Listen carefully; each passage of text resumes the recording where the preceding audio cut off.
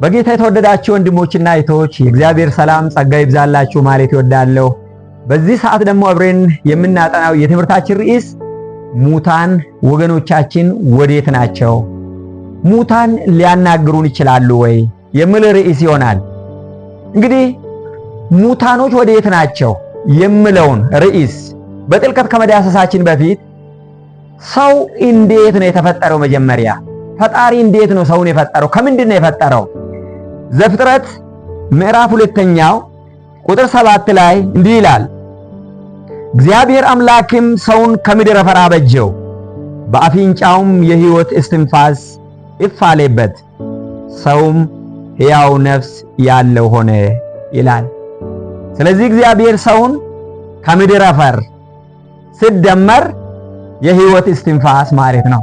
ሰው ከሁለት ነገር ነው የተሰራው ማለት ነው። የምድር አፈር እና የሕይወት እስትንፋስ።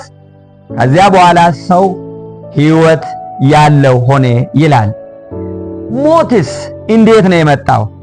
እዚሁ በዘፍጥረት ምዕራፍ 2 ቁጥር 16 እና 17 ላይ እግዚአብሔር አምላክም ሰውን እንዲህ ብሎ አዘዘው፣ ከገነት ዛፍ ሁሉ ትበላለህ፣ ነገር ግን መልካምንና ክፉን ከሚያስታውቀው ዛፍ አትብላ፣ ከእርሱ በበላህ ቀን ሞትን ትሞታለህና።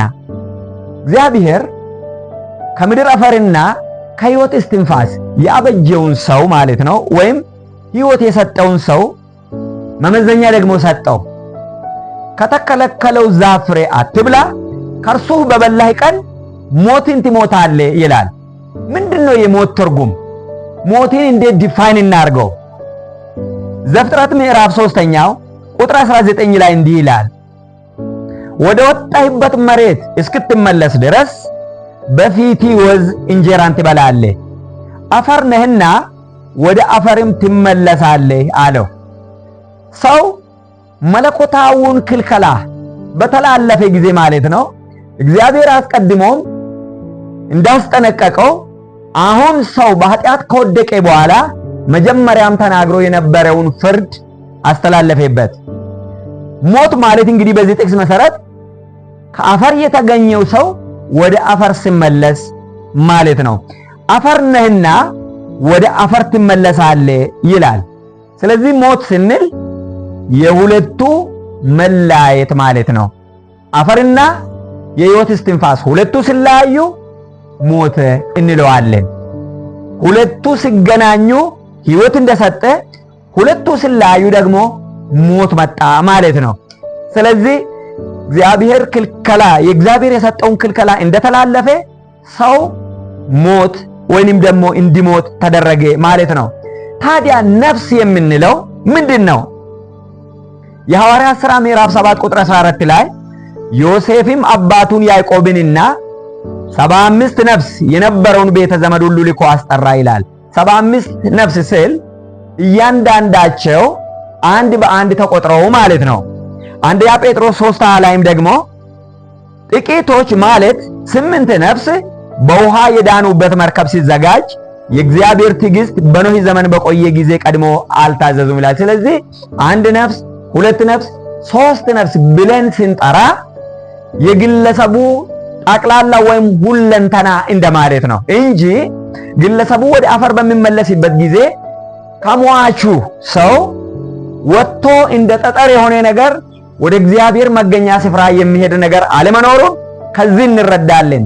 መለኮታዊ ፍርዱም ሰው የእግዚአብሔርን ትእዛዝ በጣሰ ጊዜ አፈር ነህና ወደ አፈር ትመለሳለህ ነው እንጂ ወደ ሌላ ቦታ ትሄዳለህ የሚል መመሪያ አናገኝም። መዝሙረ ዳዊት 146 ቁጥር 4 ላይ ነፍሱ ትወጣለች ወደ መሬቱም ይመለሳል፣ ያን ጊዜ ምክሩ ሁሉ ይጠፋል ይላል። እዚህ ላይ ነፍሱ ትወጣለች የሚለው የተለየች ነገር ከሱ ትወጣለች ማለት ሳይሆን መጀመሪያ ሲቀበል የነበረውን የእግዚአብሔርን በረከት መቀበሉን አቋረጠ ማለት ነው። ሕፃን በሚወለድበት ጊዜ እስትንፋስ ወይም አየር፣ ንጹህ አየር ወደ ውስጡ በሚወስድበት ጊዜ በሕይወት ይቀጥላል። ሕፃናት ሲወለዱ የሚያለቅሱት ከዚህ የተነሳ ነው። ሳምባቸው መስራት ይጀምራል እንጂ ያ ጉዳት ወይም በሽታ አይደለም፣ ጤንነትን ያመለክታል። ነገር ግን በሚሞቱበት ጊዜ ደግሞ ያንን ንጹህ አየር መቀበላቸውን ወይም ወደ ውስጥ መውሰዳቸውን ሲያቋርጡ ደግሞ ሕይወት ተቋረጠ። መጀመሪያ ሕፃናት ሲወለዱ ሲያለቅሱ አየሩን ወደ ውስጣቸው ይወሰዱ ነው። ስለዚህ እግዚአብሔርን በረከት ይወስዳሉ። ሲሞቱ ደግሞ ያ ይቋረጣል ማለት ነው። ልክ እንደ የማብራት ኃይልና አምፖል ነው። አምፖል ጥቅሙን መረዳት የምንችለው ማለት ነው የማብራት ኃይል ፍሰት ሲኖር ነው። ማብሪያና ማጥፊያውን ስንነካው ወይንም ደግሞ ስንከፍቶ አምፖሉ ላይ ብርሃን ይሰጣል። ነገር ግን ማብሪያና ማጥፊያውን ነክተን ስናጠፋው ደግሞ ይጠፋል ማለት ነው ማብራት። ስለዚህ ልክ እንደዚሁ ነው ማለት ነው። ሁለቱም ጥቅም አልባ ይመስላሉ ማለት ነው። ልክ እንደዚሁ ሰው አፈርና የሕይወት እስትንፋስ በሚለያይበት ጊዜ ሁለቱም ጥቅም የላቸውም ማለት ነው። ሞትን እግዚአብሔር በምን መልኩ ነው ያስመሰለው? በእንቅልፍ ነው።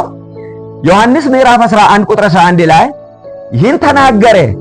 ከዚህም በኋላ ወዳጃችን አልዓዛር ተኝቷል፣ ነገር ግን ከእንቅልፉ ላስነሳው እሄዳለሁ አላቸው ይላል። ጌታ ኢየሱስ ክርስቶስ በምድር ላይ በነበረ ጊዜ ወዳጃችን አልዓዛር አንቀላፍቷል፣ ከእንቅልፉ እጄ ቀሰቅሰዋለሁ ስል ደቀ መዛሙርቱ ግን ሰው ሲደክሞ ሚተኛው አይነት መኝታ መሰላቸውና ጌታ ኢየሱስ ክርስቶስ ሞተ ብሎ በግልጽ ነገራቸው ይላል።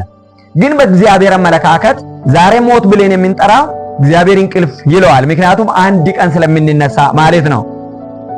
ዮሐንስ 11:34 ላይ ጌታ አልዓዛርን ለማስነሳት በፈለገ ጊዜ ማለት ነው ከሌላ ቦታ አልጠራውም።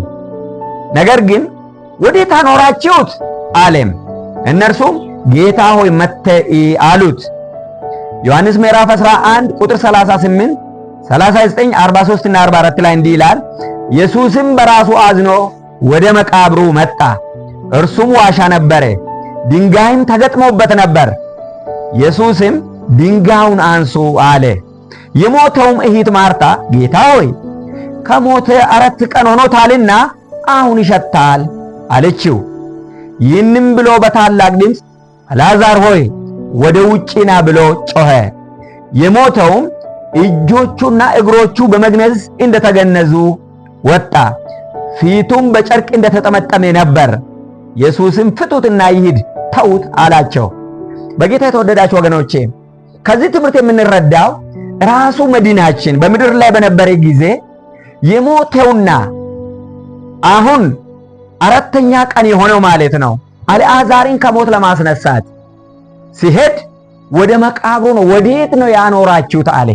ይሄም ያመለክተን ማንኛውም ሰው በሚሞትበት ጊዜ ምናልባት እንደየአሟሟቱ በአደጋ ሊሆን ይችላል፣ በአራዊት የሚበሉ ሊኖሩ ይችላሉ፣ በእሳት የሚቃጠሉ ሊኖሩ ይችላሉ። በተለይ ሞተው የተቀበሩት ሰዎች በመቃብራቸው ነው እንጂ የሚሆኑት ሌላ የሚሄዱበት ቦታ አለመኖሩን ይሄ ትምህርት ግልጽ ያደርግልናል። ጌታ ኢየሱስ ክርስቶስ የት ነው ያኖራችሁት ብሎ ወደ ዋሻው ሄደና እነሱ ካሳረፉበት ቦታ ማስነሳቱን እንመለከታለን። ባይሆን ኖሮ ካለበት ምናልባት ማቆያ ቦታ ሌላ እንደሚባለው ቢሆን ኖሮ ወይም ደግሞ እግዚአብሔር ዘንድ ነፍሱ የተባለች ወይም የተለየች ነገር ሄዳ ቢሆን ከዛ ይጠራት ነበር እንጂ በሰፈር ተቀምጦ ወደ ዋሻው መሄድ አያስፈልገውም ነበር። የተወደዳችሁ ወገኖቼ ሐዋርያት ሥራ ምዕራፍ 2 ቁጥር 29 አልፎ ደግሞ 34 ላይ እንዲህ ይላል፣ ወንድሞች ሆይ ስለ አባቶች አለቃ ስለ ዳዊት እንደሞተም እንደተቀበረም ለእናንተ በግልጥ እናገር ዘንድ ፍቀዱልኝ። መቃብሩም እስከ ዛሬ በእኛ ዘንድ ነው፣ ዳዊት ወደ ሰማያት አልወጣምና ብለው ተናገሩ ሐዋርያት። አዎ ዳዊት ሞቷል፣ ተቀብሯል፣ መቃብሩም በእኛ ዘንድ ነው፣ ወደ ሰማይ አልወጣምና ብለው ተናገሩ። ጻድቃንም ይሁኑ ኃጢያን እስከ ዕለተ ፍርድ ድረስ ሁሉም በየመቃብሩ ይቆያል ማለት ነው። በአራዊት የተበሉትም በሌላም መንገድ የሞቱት መጀመሪያ እግዚአብሔር ሰውን ከምድር አፈር እንዳበጀውና ሕይወት እንደሰጠው አሁንም ያው ፈጣሪያችን ከያሉበት ቦታ መልሶ ያመጣቸዋል ማለት ነው። ለመሆኑ ሙታን የሚያውቁት ነገር ይኖራል ወይ? አንድ ሰው ከሞተ በኋላ የሚያውቀው ነገር አለ? ስንዘምርለት የተለያዩ አገልግሎቶችን ስናለቅስለትም የተለያዩ ስጦታዎችንም ስናበረክት ሙታን ያውቃሉ ወይ? ሊያመሰግኑ ይችላሉ ወይ? መክብብ ምዕራፍ 9 ቁጥር 4 እስከ 6 እንዲህ ይላል፣ ያልሞተ ውሻ ከሞተ አንበሳ ይሻላልና ሰው ከሕያዋን ሁሉ ጋር በአንድነት ቢኖር ተስፋ አለው ይላል። በጌታ የተወደዳችሁ ወገኖች ያልሞተ ውሻ ከሞተ አንበሳ ይሻላል ይላል። የሞተው አንበሳ ስሙ ብቻ አንበሳ ነው እንጂ ሬሳ ነው። ያልሞተች ውሻ ግን በሕይወት ስላለች ዋጋ አላት። ስለዚህ በሕይወት ያለው ነው ዋጋ ያለው። ቀጥሎ እንዲህ ይላል፣ ሕያዋን እንዲሞቱ ያውቃሉና ሙታን ግን አንዳች አያውቁም። ሙታን አንዳች አያውቁም። አያመሰግኑ፣ አይበሉም፣ አይጠጡም። ምንም አይነት የሚያውቁት ነገር የለም ከሞቱበት ዕለት ጀምሮ። መታሰቢያቸውም ተረስቷልና ከዚያ በኋላ ዋጋ የላቸውም። ፍቅራቸውና ጥላቸው ቅንዓታቸውም በአንድነት ጠፍተዋል። ከፀሐይ በታችን በሚሰራው ነገር ለዘላለም እድል ፈንታ ከእንግዲህ ወዲህ የላቸውም። ስለዚህ የተወደዳችሁ ወገኖች ሙታን በየትኛውም ተአምር ምንም ነገር አያውቁም። ይህንን ከተፈጥሮ መረዳት እንችላለን። ማንኛውም ሰው ካለፈ በኋላ ማለት ነው ምግብ ስንሰጠው አይበላም እና ምንም አይነት ነገር ብናደርግለት አያመሰግንም። ይህንን ተፈጥሮ ራሱ ይነግረናል። በአንዳንድ ሁኔታ ግን ሰዎች ካለማወቅ የተነሳ ሰዎች ከሞቱ በኋላ እንኳን የሆነ ነገር እንደሚያውቁ አይነት ብዙ ልፋት ይለፋሉ። ይህንን መጽሐፍ ቅዱሳችን ይከለክለዋል። አንደኛ ተሰሎንቄ ምዕራፍ 4 ቁጥር 14 ላይ ኢየሱስ እንደሞተና እንደተነሳ ካመንን እንዲሁም በኢየሱስ ያንቀላፉትን እግዚአብሔር ከእርሱ ጋር ያመጣቸዋልና። እግዚአብሔር የተመሰገነ ይሁን። ያለን ተስፋ ይሄ ነው። ጌታ ኢየሱስ ክርስቶስ ሞቶ ነበር፣ ነገር ግን በሦስተኛው ቀን ከሞት ተነሳ። እኔ ሕይወት ትንሣኤም ነኝ ያለው ያ ጌታ በሱ ካመንን ማለት ነው ምንም እንኳ ብንሞት እግዚአብሔር ከሱ ጋር ያመጣናል ይላል። አንደኛ ቆሮንቶስ ምዕራፍ 15 54 እና 55 ላይ እንዲህ ይላል፣ ዳሩ ግን ይህ የሚበሰብሰው የማይበሰብሰውን ሲለብስ ይህም የሚሞተው የማይሞተውን ሲለብስ በዚያን ጊዜ ሞት ድል በመነሳት ተዋጠ ተብሎ የተጻፈው ቃል ይፈጸማል። ሞት ሆይ መውጊያ የት አለ? ሲኦል ሆይ ድል መንሳት የት አለ?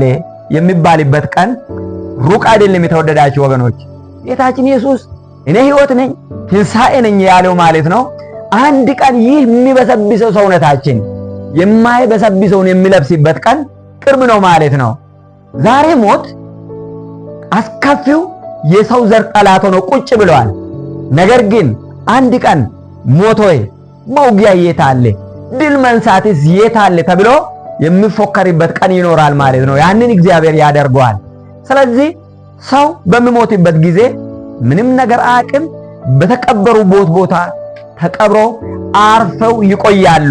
ምንም እንኳን በምጽ ተበልተው በተለያየ ነገር ተበልተው የጠፉ ቢመስልም ማለት ነው። ጌታ ኢየሱስ ክርስቶስ ግን በሕይወታቸው ካለ ራሱ ጌታችን ኢየሱስ መልሶ ያመጣቸዋል ማለት ነው። ስለዚህ ሙታን ሊያናግሩን አይችሉም፣ ምንም ሊያደርጉ አይችሉም። ከዚህ አንጻር ይህንን መሰረታዊ ሐሳብ መረዳት እንድንችል እግዚአብሔር በጸጋ ይርዳን። ጥያቄ ሐሳብ ካላችሁ በኮሜንት ላይ አስቀምጡልን። ስለሰማችሁ እግዚአብሔር ይባርካችሁ።